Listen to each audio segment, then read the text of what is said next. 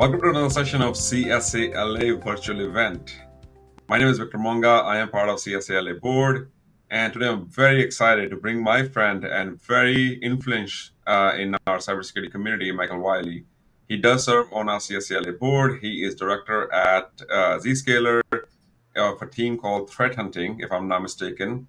And he's obviously a well-known entity in cybersecurity. He has LinkedIn Learning courses, speaks at all the fancy conferences like RSA and B-Sides and DEF CON. So with that, Michael, welcome. Thank you. Appreciate you having me here. It's been a little while since I've done a presentation, so hopefully we can get the rust off pretty quickly. Thank you. Well, thank you for the introduction. I'm Michael Wiley, Director of Zscaler Threat Hunting. Prior to that, I was the Director of Threat Hunting at CrowdStrike. So I went from endpoint to network telemetry, and we're doing some amazing things at Zscaler, trying to find threats a little bit earlier in the attack lifecycle. And some of the interesting things that I've been seeing in the last 12 months or so ramp up, I'm pretty excited to talk about in this presentation. And prior to my career in threat hunting, I did some work for the Department of Defense as a contractor, teaching both offensive and defensive security courses. I had a MSSP consulting practice, pen testing firm way back in the day. It's been a while since I've gotten root, but I think I still have a little bit of that. And then I teach also at some local colleges. All the certifications here are probably expired by now, but for a while I went rampant in trying to collect as many initials after my name as I could, trying to keep up with Victor here. Sorry, Doctor. Yes, and you have exceeded that. So no one said they had to keep them. But before I get started here, just have to do a quick disclaimer that the opinions are my own and not the views of any of my employers or anyone I do contracting work for.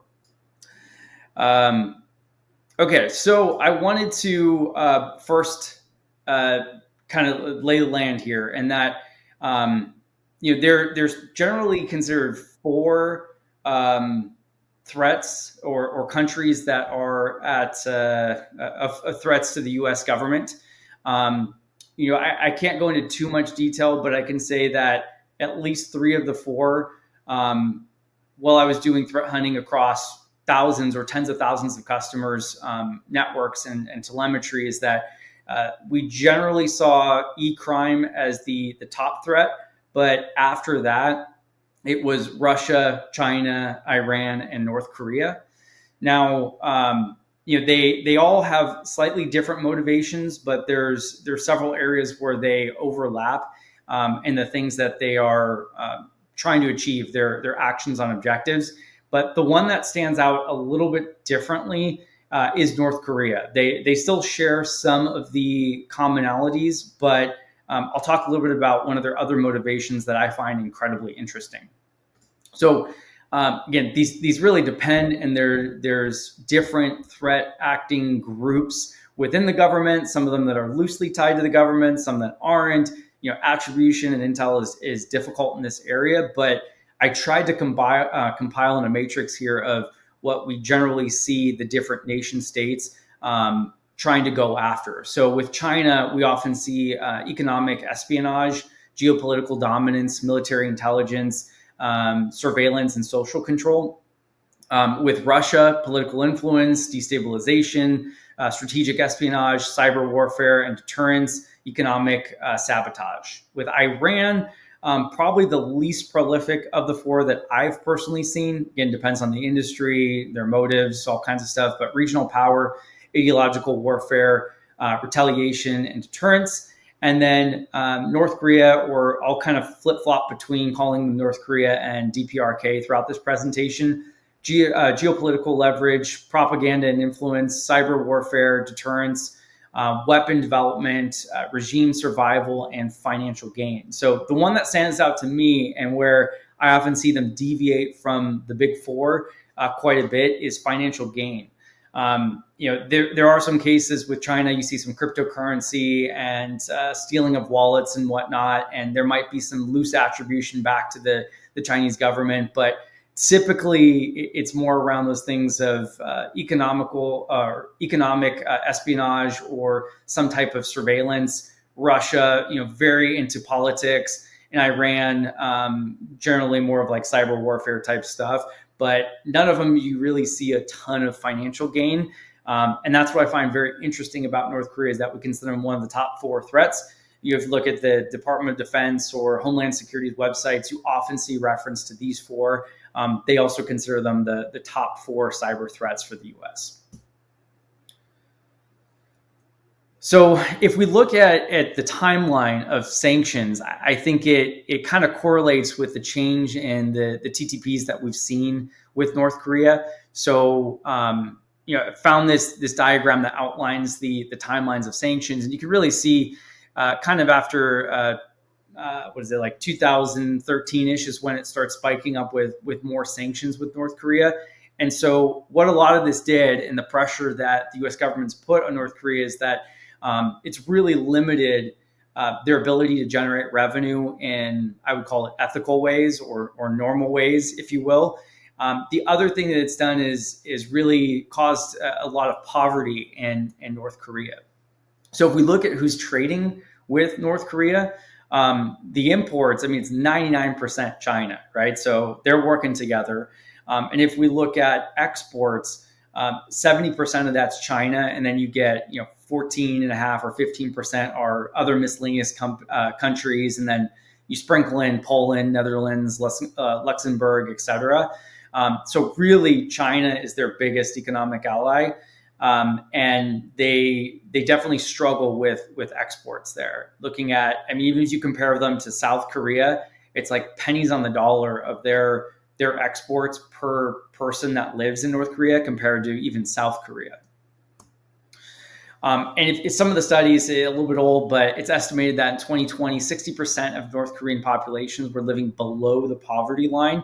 So they've got a lot of issues around generating revenue, providing for individuals that are in the country, tons of economic issues.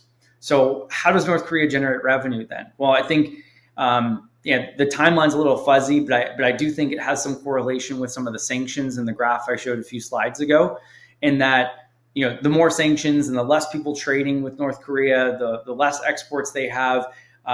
They've been strategizing on how do we generate revenue for our country? How do we take care of the people in the best way we can? And so what do you do when you don't have a legal way of making money?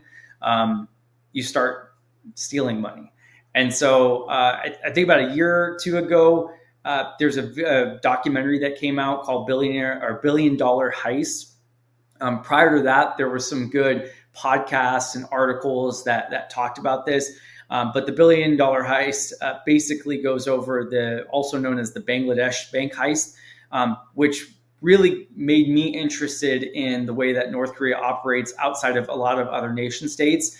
And it was, it's maybe not the best way to look at it, but I found it incredibly fascinating, and almost like looking at a piece of art is how they set up this heist compared to anything else I've seen before. So I'll walk you through a little bit of that, and then we'll get into a little bit more of what I'm seeing currently, looking through Zscaler telemetry and seeing indications of a new MO that we're seeing with North Korea. So I recommend the documentary, or Darknet Diaries also has a great podcast on this as well to summarize the events, but it's a well done cyber attack.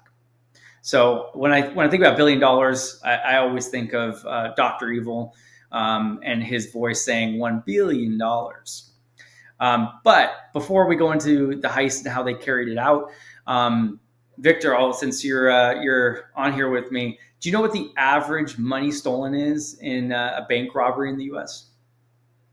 Any guess?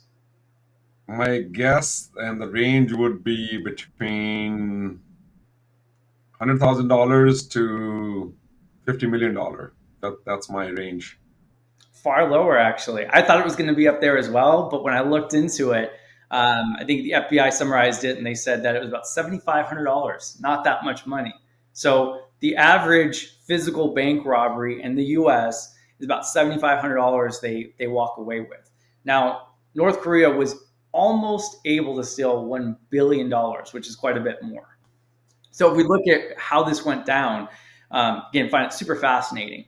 Around, and some of these timelines are a little bit fuzzy, but around January 2015, there was a phishing email that was sent to several bank employees of the central bank in Bangladesh. And it contained a zip file containing a resume. Hopefully, if this was sent to them today, they've gone through cyber awareness training and everything, and they've clicked the "Fish Me" button so many times that they can recognize this. But we're talking about a decade ago, and maybe they weren't as well trained. So 3 employees out of the bank actually opened the email containing that fake resume, and only one of them actually clicked the attachment.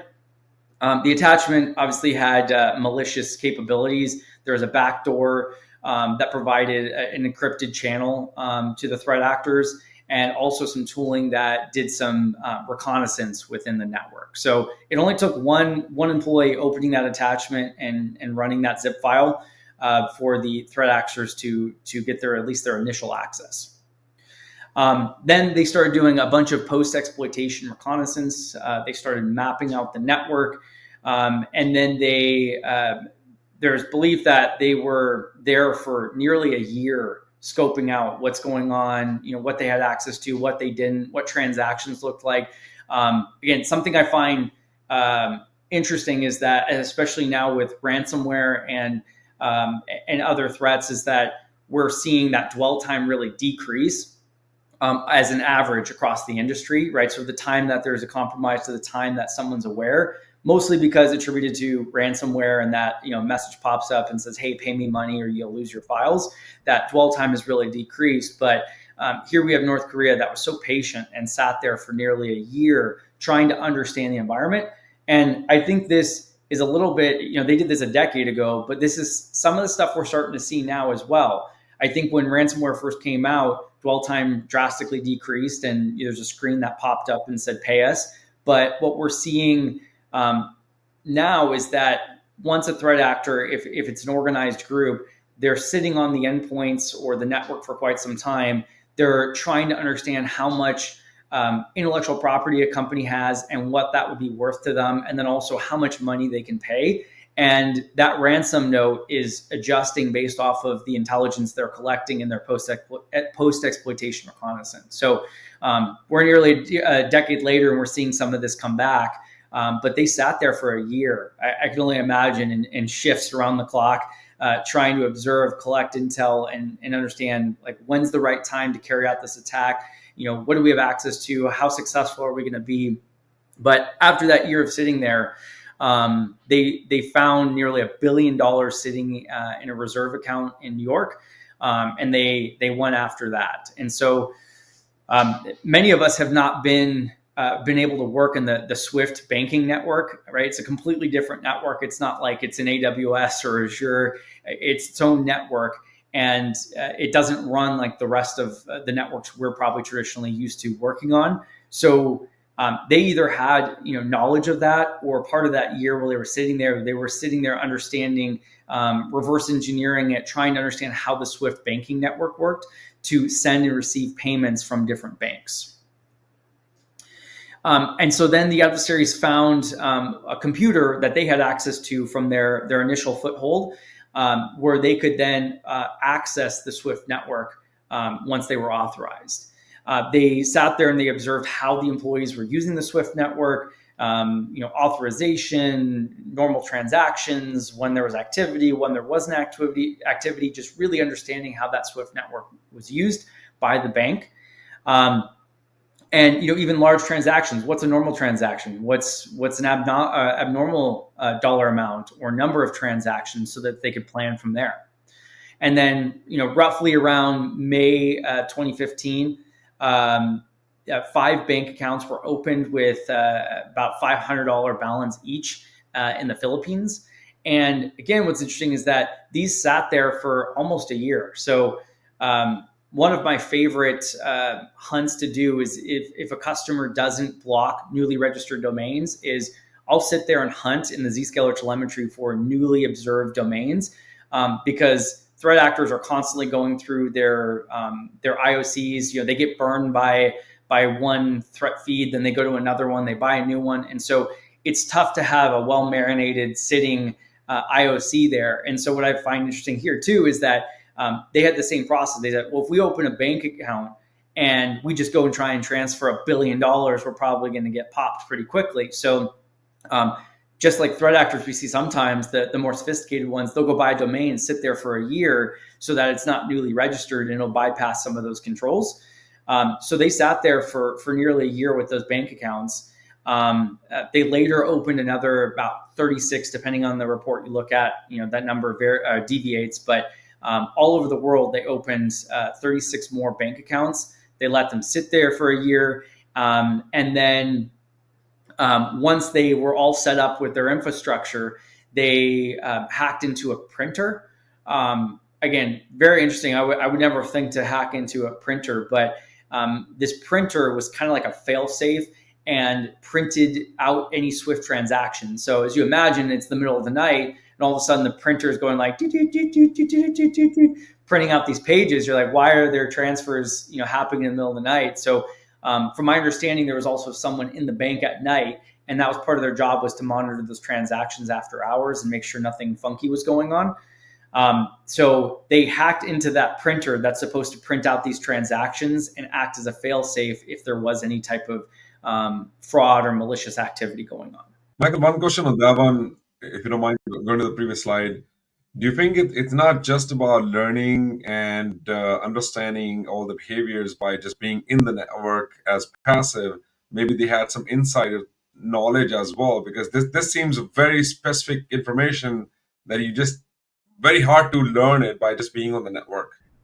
Yeah, there was speculations that there was an insider or two inside the Bangladesh Central Bank. I don't think I found anything that ever proved it other than speculation, but I think that's where a lot of us go to too, is this is pretty sophisticated. How did they learn all this stuff? Without any evidence or strong sources saying they knew about it, we can only speculate. Yeah. And then the other thing that was really interesting too is they lined this up. I mean, just think about the patience, right? Like I imagine almost like if you went on a safari in Africa or something, right? And like a predator or a lion or something, like sitting there for hours, like stalking its prey was kind of what I imagine it was like for North Korea. They found the like perfect window in time as well, where on February 4th, 2016, they started transferring this money to those 36 bank accounts, totaling just under $1 billion. Depending on the source, different numbers, but I think the most credible is about $951 million. And so I put a screenshot here to start like painting the picture of the timeline. So it was like 1 hour, assuming the bank closed at 5 p.m., 1 hour after the Bangladesh bank closed, they started initiating these transfers. Now, there's a lot of inner workings with where the money's held and what banks are involved. And so if you also look at New York, where some of the money was held, it was a Thursday at 7 a.m., so before the bank opened. So you've got this window of time. Bangladesh bank's closed. New York is almost open, but they're still out of their business hours. They start this.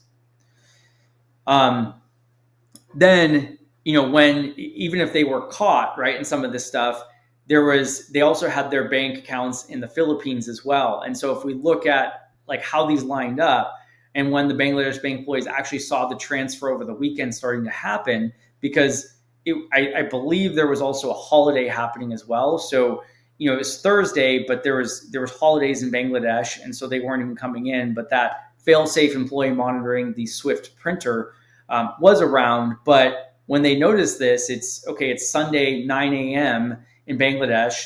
That employee picks up the phone and calls the New York reserve, but it's Saturday. Saturday at 10 p.m. There's no one that's answering the phone, and then the money's going to the Philippines, which it's Sunday at 11 a.m. No one's working at the bank either. So you've got this window of time with holidays and weekends and these different geographic locations of interest where you found something that's bad, but yet it's weekend holidays, and you can't get everyone on the phone to really undo this or stop it as it's in action. So Monday was also Chinese New Year in the Philippines. So when they started work on Monday morning, it's not even capable of stopping it in the Philippines. No one was at that branch. So now you've got Monday, February 8th at 7 a.m. in Bangladesh. They're freaking out that money's leaving their reserves, and yet it's Sunday still, 8 p.m. in New York. And then in the Philippines, it's finally Monday at 8 a.m. The money's hit the bank accounts in the Philippines, but it's the new year, so there's no bank employees sitting there either. So you're waiting like all weekend, worried about where your money's going, and you're kind of stuck. So they played that so well with holidays, weekends, and the different time zones, understanding that they would have the best chance of success. Once they got the money, in the Philippines, I think at one point, I'm not sure if this happened in the Philippines or in China, but they eventually got the money to China. They landed in a casino. Again, not exactly sure if it was China or the Philippines, but what they did is, I'm not a high roller, so I didn't know this even existed, but it's called a junket. And it's a private like VIP room.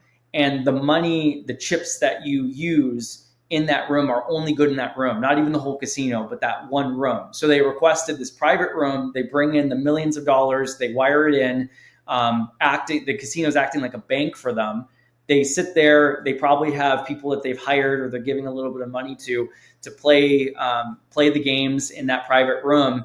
It's genius because if any of those people that they hired, were like, hey, I'm just going to launder this money, and they grab the chips and go, it doesn't work in any other casino or even the broader casino. It only works in that one room. So they really isolate and protect their heist or their money that they got from the bank, and it only works in that one room. Maybe they lose 5 or 10% of the money, but they're basically washing the money at the casino. After a day of that playing in that junket, they then say, okay, we want to cash out. Let's wire the money over to our bank account in China. And then they cash it out and they walk out the door basically with that money, jump on a plane to North Korea, and the money's gone forever. So it's kind of interesting that they use the casino too as almost their bank or their way to clean the money and protect it in this junket. And then, they even picked a game, Baccarat, which I'm not as familiar with, but it's a very low risk game where you can't like all in and lose all of your money. You're losing 1 or 2% as you play. So they planned on that, but they know that they're not going to lose 50% of their money. It's just a small amount to wash and clean that money.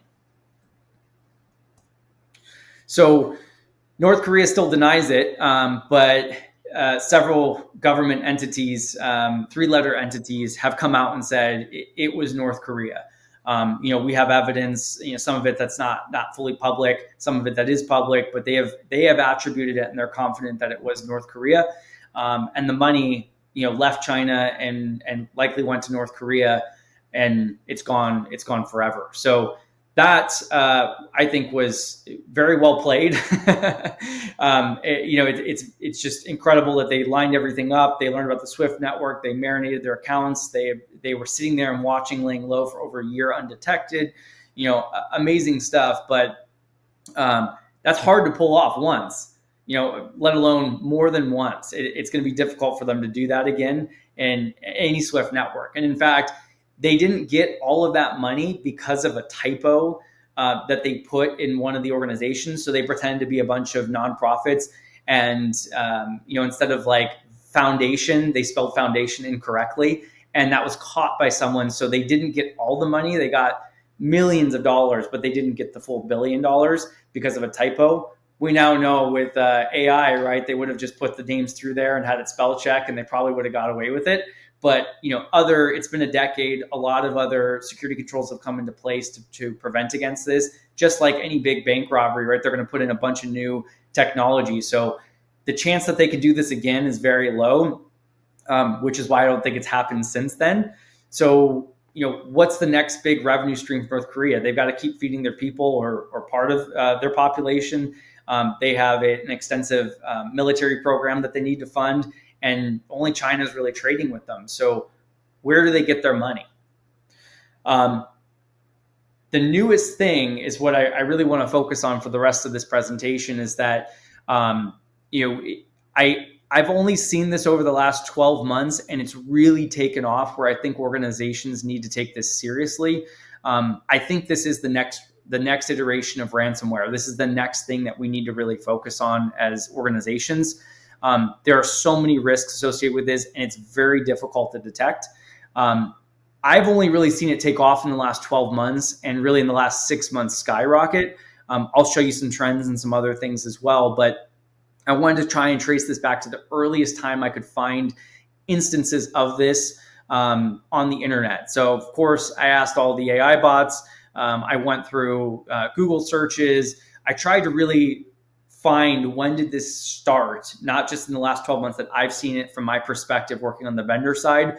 And what I think I can trace back to is probably around 2016, 2017 was the first iteration I can find of this. So this was from the U.S. Department of Treasury. I was not expecting that's where I was going to find the first documentation of this, but thanks to ChatGPT, it was able to locate this for me. I read through the report, and some of the other ones it gave me I don't think are really related, but this one was basically saying that a China Silver Star was a Chinese IT company, but the U.S. government thinks that it's managed and controlled by the North Koreans.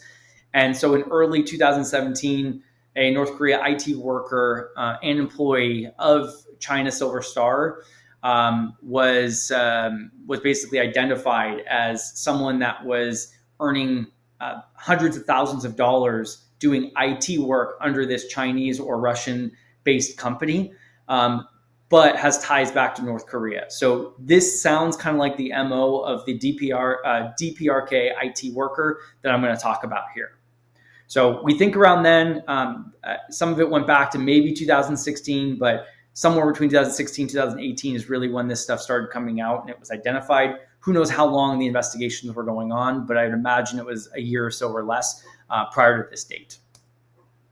So what I am seeing in this scheme is that, again, North Korea is sophisticated. This is a revenue source. So just like you're good at your job and you spend time doing continuing education, certifications, they're continuing to do education on this, evolving their TTPs. So I would imagine the stuff I see today, 80% of it works a month from now, and then they keep changing it, and that becomes less relevant over time. But I think it's important to understand how they're doing this, why they're doing this, and some of the things we're seeing, and organizations can be a little bit more aware and protect themselves from this. So what I generally am seeing, in the last 6 months or so is that it goes through a step-by-step process. And I wanted to break it down in some of the observations I've had because this is very difficult to detect.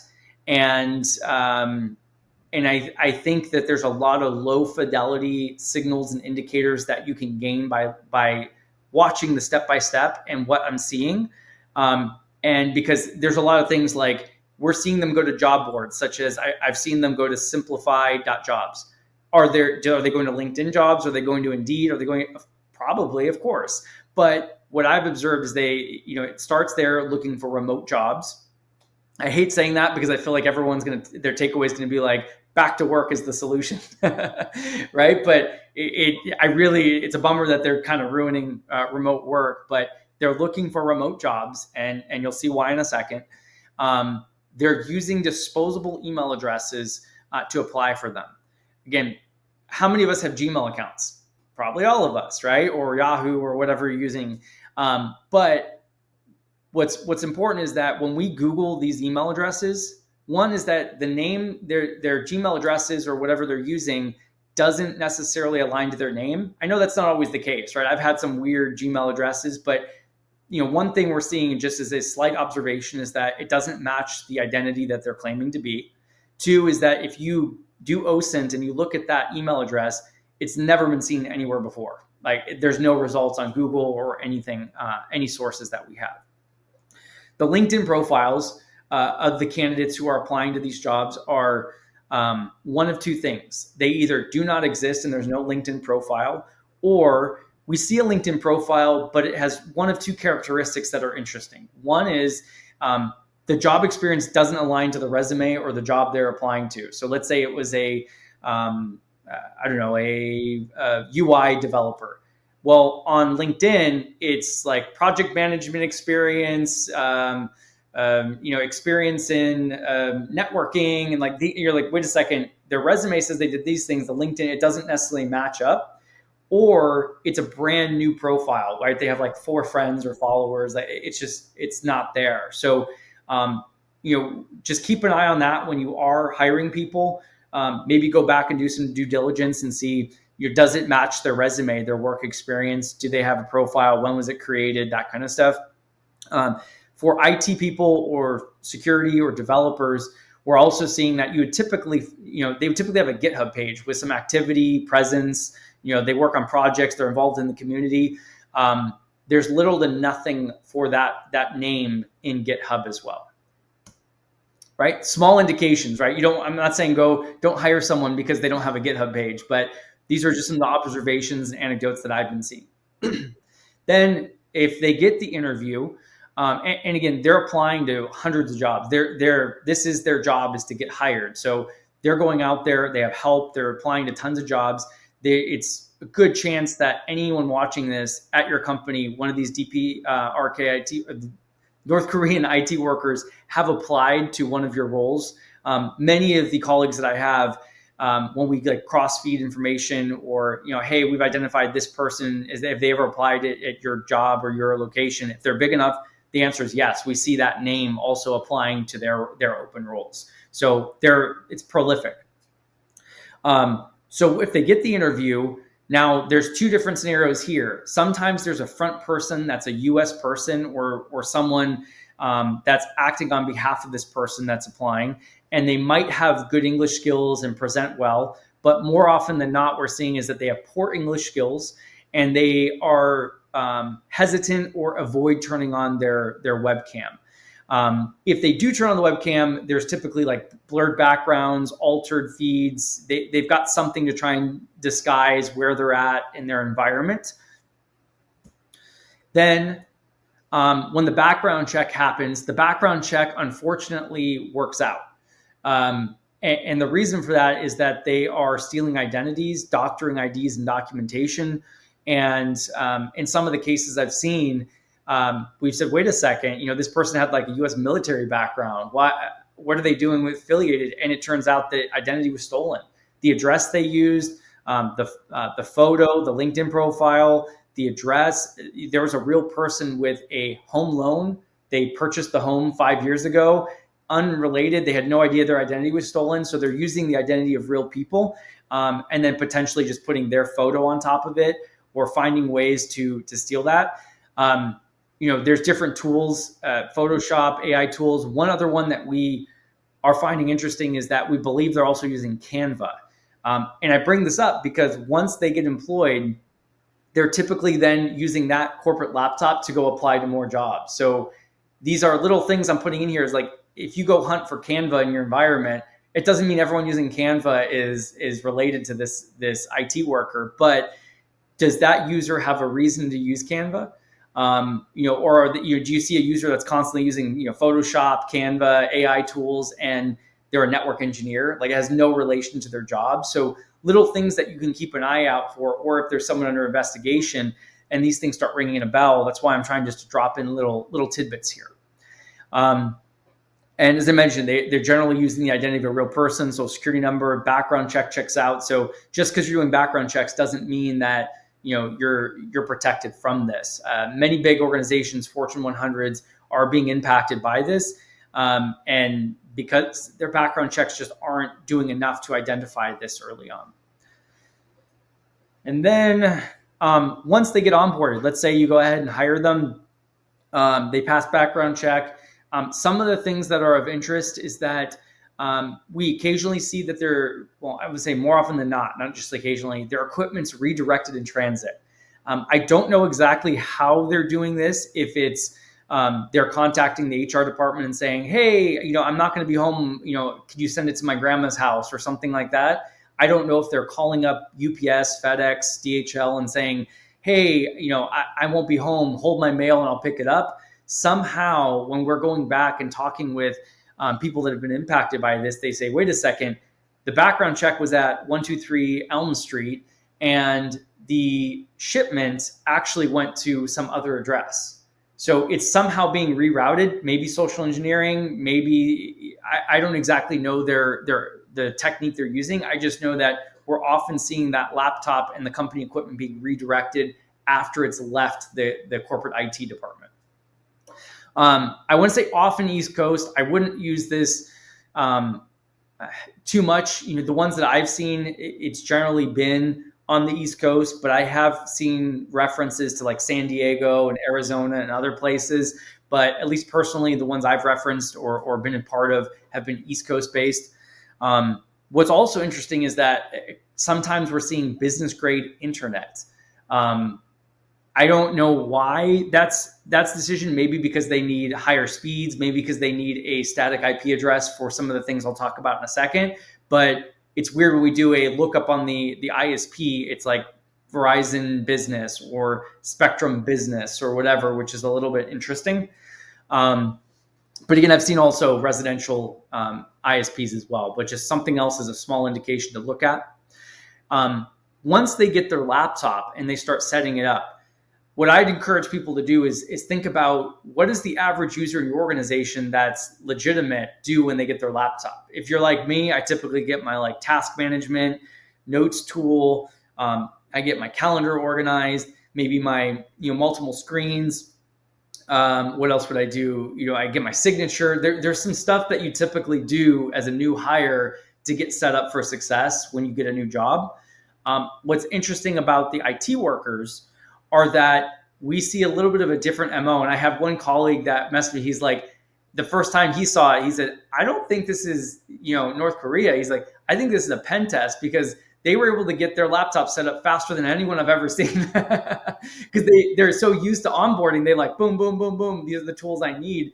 Whereas it might take us a week or so to get our laptops ready, our signatures, do our onboarding. And these people were like, within a day, they were already starting to like work on code and pull repos and stuff like that. So I don't want to say, highly productive people might be related to this, but they definitely seem to be more effective and efficient at getting their laptop set up than the rest of us, probably due to just repetition. There's also some deviations with how they set up their laptops. One of the first things they're going to want to do is remote desktop tools. This one, I think, is probably the best thing organizations can do to protect themselves against this threat is that understand what RMM tools are authorized in your environment and get a good grip of them and control those. I've been doing threat hunting for a long time. Without failure, we get a new customer. They've got egos. They say, hey, I've got everything locked down. We don't need you. We do threat hunting. Great. That's fine. Let's just see if I can add some value. And one of our go-to hunts is remote desktop tools. Every time, minimum I've seen is probably about 10 unique, distinct RMM tools running in an environment at any point in time. Probably average is around 20 different tools, right? Anything from AnyDesk to TeamViewer to LogMeIn to you name it. There's Chrome extensions.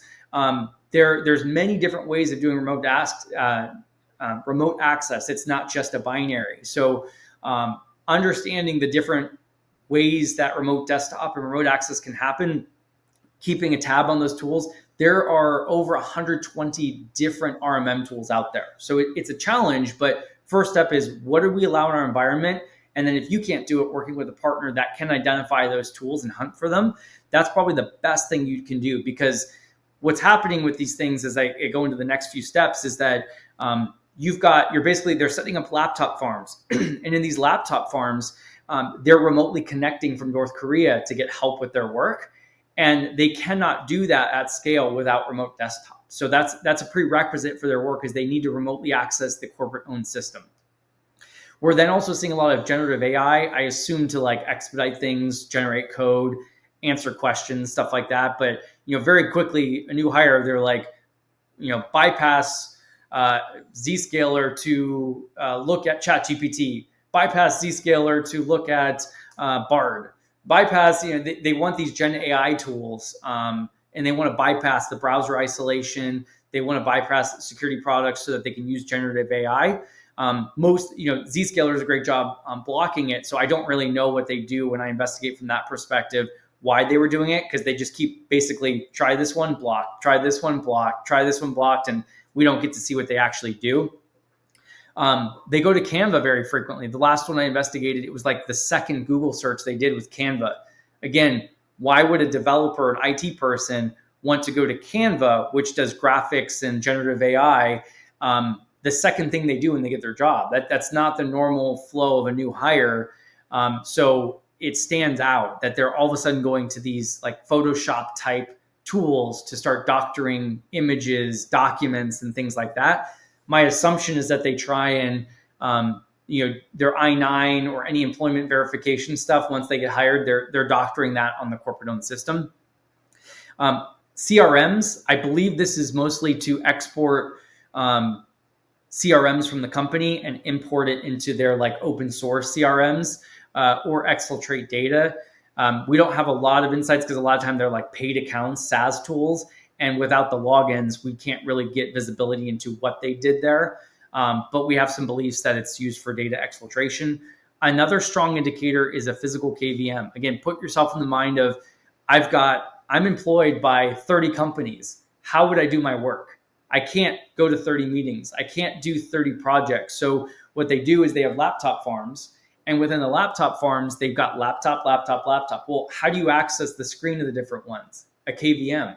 The last time I used a KVM was when I was an IT intern and I had to image 30 laptops at one point in time. You get one mouse, one keyboard, and a KVM switch, and you click between the different ones so you can like press next on the Windows installation for 30 machines at a time without 30 monitors. I haven't really seen anyone use a KVM since then. So someone plugging in a physical KVM is very rare, and it's going to be a high fidelity indicator. Webcam blurring tools, that's kind of hard with remote work because we typically blur our stuff. And if you're in Victor's case, you just put a little box around you, but most of us have blurred software and things that we want to put on green screens. Crypto, tough because a lot of people are investing in crypto. They're checking on their wallets and stuff from their work computer. But again, I think from a sanitization standpoint, we shouldn't allow this in the corporate environment. But what we typically see is them accessing a lot of crypto-related websites. What we believe this is related to is most of the money that the IT worker earns goes back to North Korea.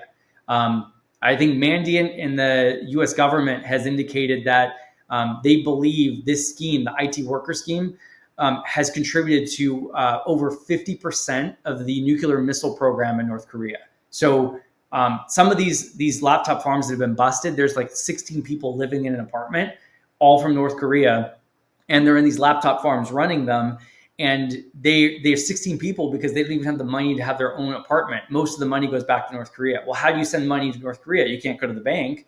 So that's where we believe the cryptocurrency is coming in, is when they get paid, they convert it to crypto and then they can exfiltrate the cash that way. We'll also see cash transfer tools like Stripe, Cash App, things like that. The other high fidelity indicator that I'm seeing for once they're onboarded is OBS and OBS Ninja. This really became more prevalent in the last 90 days or so. What we believe this to be related to is that if you're unfamiliar with OBS, I could pretend I'm in the same building as Victor right now. We could have one camera feed. We could take all of our camera feeds and put it into one output on the screen, and it looks like we're news anchors and we could be in physically different locations. So we think that they're trying to bypass the issues they have with turning on cameras. Because again, if you're in North Korea, you're going to go to a jump box sitting in Arizona, if you will, and then you're connecting to the corporate network. Well, what happens when your boss says turn on the webcam and Zoom? You can't. You're in North Korea. So they were having a disconnect going from their jump box in Arizona to the corporate laptop to the web meeting. Well, if they have OBS, they could be anywhere in the world and have that feed come into the corporate laptop and basically bypass some of the issues they've had with turning on their cameras. Secure note-taking tools, they're secure, so a lot of times we can't see into them, unfortunately. We don't have the decryption keys, but the last one I investigated, there was 5 different note-taking tools that they had. most of which, if you look at the website, it's like anonymous, secure, encrypted note-taking tools. Some other ones we've seen them download from GitHub, the servers, so they can synchronize their notes theoretically with back home. And then a lot of tools unrelated to their job. And then once they're set up, a couple other observations just quickly I'll go through is that work is done because they have a whole team supporting them, so they're doing their job. We see traffic after hours. So if you actually baseline and look at telemetry, again, I have access to Zscaler telemetry, so I will basically look at bytes and transaction counts by hour over a 24-hour period, and I'll graph that. And what I can typically see is that when we believe it's the IT workers, around 6 p.m. or so, that's when you start seeing more traffic pick up, both from a transaction and a byte perspective, which aligns more to the morning of North Korea. So there's activity at nighttime. I get it's kind of hard because we all work weird hours, sometimes remote jobs, but if you consistently look at their work patterns, it's after 6 p.m. Eastern time.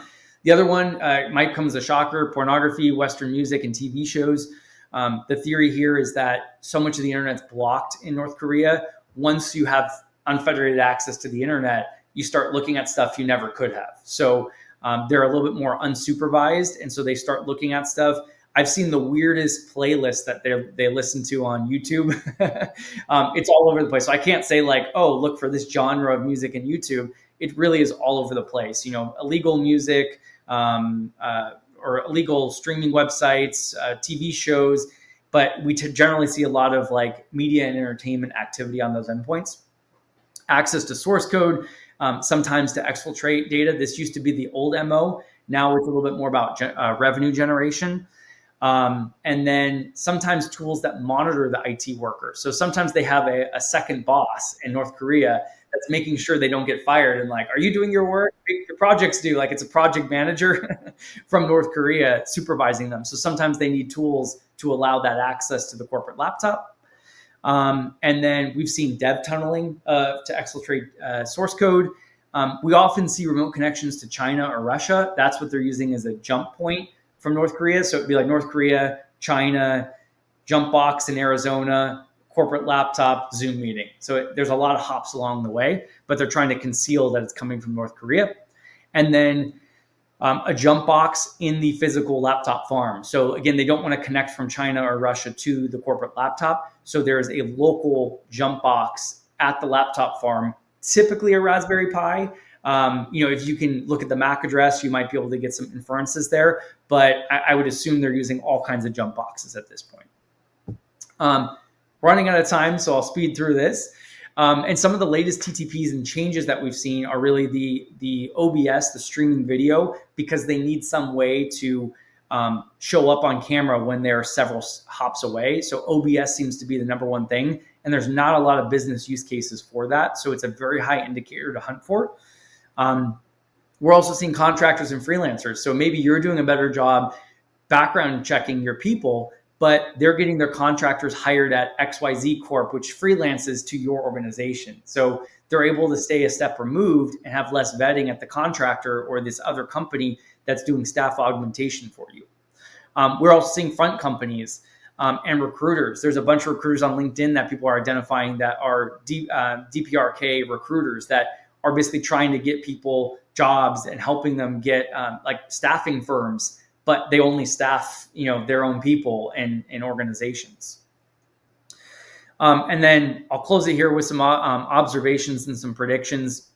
So again, February 2024 was the first time I really saw this pick up personally, where we saw a VS Code do dev tunnel for data exfiltration to a Chinese OneDrive account, I believe it was. And so we had some low confidence attribution in North Korea. We later, for a customer told us through forensics and digital response that they found W-2s and paychecks for a bunch of other companies. And so this was the first real time I saw a couple laptops and systems associated with many employments at tech companies. And so I started hunting for this at this point. So February is really where I got interested in this. July 2024 was the first time I saw publicly someone really talk about this. And it was cool that a security company came out and said, hey, North Korea tried to infiltrate us. What I found interesting First one that really started talking about this from the tech company side outside the government. And then it was a software engineer, which changed from IT worker a little bit. And then the other thing is that nowhere does it say they had remote access, but in the article, if you look at recommendations, it says, one of the recommendations is to detect remote access, which lines up to what I've been seeing of a lot of remote desktop tools. So even though they didn't say there was remote desktop, there's inference that there was remote desktop like I've been seeing. November 2024, Sentinel-1 came out with an article. It's really good. Highly recommend the read. Basically outing several software development consulting recruiting companies that the U.S. government said were fronts for North Korea, and they were seized by the U.S. government. And they basically, again, they estimated 50% of the money was going to the weapons program. And the U.S. government said that hundreds of U.S. companies were employed by these IT workers. So this was no longer just KnowBe4 or one-off. These were all of a sudden hundreds of them. And then it was a couple days before that article came out. This is something I saw that I found interesting. A lot of the stuff I already told you, but I wanted to show the graph here where I graphed, over time, every hour, what was the average transaction and bandwidth they were using. And you could see like the spikes were between 6 and 11 p.m. Eastern. And this person was supposed to be Eastern time worker. So it was very interesting that consistently the spikes in activity were happening after the fact. Last thing I want to comment on here is that there's an article on WBIR.com that talks through a little bit of this. And so it also calls out that some of the raids that have been happening, just to show you how prevalent this is, that someone was caught in Ukraine working on upworksell.com, I think, and they were advertising remote IT work. So they would probably go get hired, and then they're selling out the work to someone else. And so they had a bunch of passports, bank accounts, logins to different corporate companies. And in that one instance alone, they found the laptop farm with 79 computers open or operated and owned by different corporations in the US, right? And a lot of them Fortune 100s. So that one person had like 79 laptops in that one farm. And then the feds raided another home in Arizona where a woman in 2023, she had 90 laptops owned by different companies in this laptop farm, which is being accessed by North Korea. So just those two alone, you're getting over 150 different companies impacted by this. Just two of the laptop farms. And then just days before we're here recording this, there's a public service announcement by the FBI and a bunch of other three-letter agencies that are talking about this, saying that this is a major issue with not only data exfiltration, but money going to North Korea.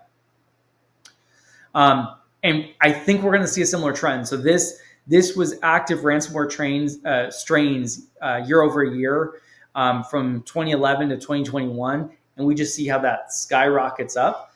I think we're going to follow a very similar pattern. And the reason we see the skyrocket is we went from like sending malware that opened someone's CD-ROM to, wait, we can make millions of dollars here. So this, I think, is just going to take off like this because North Korea sees like it's so hard to detect a rogue software developer. They're just going to keep pumping this out over and over again. And same thing with revenue. If we look at average revenue payments year over year, skyrockets. And so I think we're just going to see millions of dollars continue to go to North Korea. It's very difficult to detect. It's very difficult to prevent. And it's just going to continue this pattern, and organizations to be aware of it and do the best they can to detect this and prevent it, especially early. I mean, look at we did our annual ransomware report, and we saw this last year that there was a single ransomware payment of $75 million, right? It's successful. It works. And so this IT worker scheme works, and it's going to keep going and going and going. And we're going to see more money and more of these fake IT workers. And so organizations really need to look at those indications. They need to vet people and continue to monitor and look for insider threats like that. So that's all I have. I didn't know, Victor, if you had any questions. Otherwise, we can wrap it. Yeah, no, we got two questions actually. One was that this is all, I would say, scary and fascinating insights, and people are loving it. But the question is that how can organizations, especially the non-technical, because this really pertains to non-technical departments of the organization, how can they help or see these threats coming their way what can they do? I mean, what you suggested, it sounds like a technical advice, but like HR departments, what can they do when they're looking at these resumes, when they're looking at hiring people, contractors, what can they do? Yeah, I think the best thing that they can do from the front end is vet people the best they can, right? Like, and always have the skepticism that this is out there. I think it Yeah, starts with awareness, and then looking at those things like, does the photo ID look doctored, right? Instead of just saying, okay, they submitted their photo ID, we're good. It's, does this look normal? Does it look AI generated, right? From some of the other presentations I've done, if you do AI generated images, through the adversarial algorithms that we have, what they do is they're smashing all these photos together. So the eye always has to be dead center and looking forward, unless you do some other crazy algorithm to implement differences. But when we try and take all these different photos and create AI stuff, there's tells, right? And so we have to look for things like that, make sure that the recruiters are aware, HR is aware, understanding and knowing how to look for forged documentation. Things like when someone reaches out to HR or recruiting and says, hey, can you redirect my laptop? Red flag, right? So we're always skeptical of those different things I talked about in the early process. Are they not turning their camera on? Like, I've had issues where my camera doesn't work, but okay, fine. Your camera doesn't work. Can you try back another date? Or before we hire them, we have to see the person, interact with them, make sure they're a real person. I think reference checks are a joke. You can forge those so easily, but things like, can we find a paper trail, that email address, GitHub, LinkedIn? Let's make sure there's a real identity. I'm sure down the road, North Korea, when they start getting caught with this more and more, they're going to then like let the LinkedIn accounts marinate, and that won't work. But at least today, those are things we're seeing, is that you can do some due got it. diligence, you can look at the documentation, turn on the camera, and those things are generally going to catch it. Got it. Okay. The second question we have from the audience here is that the technical capabilities with almost everything AI and so much technical abilities we have and the power we have, can some of it be prevented using a technical filters or screening or something like that, or is it manually being human, being curious, and giving a, a giving an extra way of looking at these things to cushion and making an educated judgment, or can it be technically streamlined? Yeah, I think I really like the word AI assist, because I think AI, anything you rely on, there's way too many flaws, and you can introduce all kinds of problems if you just rely on it. But if you get the assistance and help of that, you can go a lot further together and act like a catalyst. And so, there's, for example, we're playing with stuff of like, okay, so if I see certain telemetry, can I give the customer the ability, like, I know what's going on, but maybe they have an entry level SOC person. Can they click a button and it's going to analyze the string of characters and then say like what it observes and help the person out? And sometimes even when I do that, I learn something new. I throw in, we have offline models, and we're also tuning and training our own models for use cases. And so I'll take some of my observations of, like, let's say patterns I see in Luma Stealer or C Stealer malware, and I will like document, okay, I want to hunt for it because I see this, this, and this as commonalities. And then I'll give the information to our models and say, what do you observe about these different URL patterns? And there's times when it said, well, we observed a 16 character hexadecimal string followed by, or beginning or preceding and perpending a forward slash. And I was like, oh, I noticed it was 16 characters, but I thought it was 0 through 9, A through Z. I didn't get that observation that it was hexadecimal only as the parameter, and that narrows down what I'm looking for. So Got it. I use an example where I think, you still have to have a human looking for these things, and there's no replacement for like that gut feeling of like something's wrong, something Yeah. doesn't feel right. Yeah. But I think AI can make observations like, hey, this person that applied here, we've never seen their email address before. We've their LinkedIn profile was created 9 days ago, and it can give you some data to then make a decision. But I Got wouldn't it. fully rely on it. Say like, AI, go tell me if this is fake or not. Right. AI assist. I like that. Okay. Excellent. All right. That's all we have. Michael, thanks so much for giving your insights. And on behalf of CSCLA, we thank everybody for tuning in today. Thank you.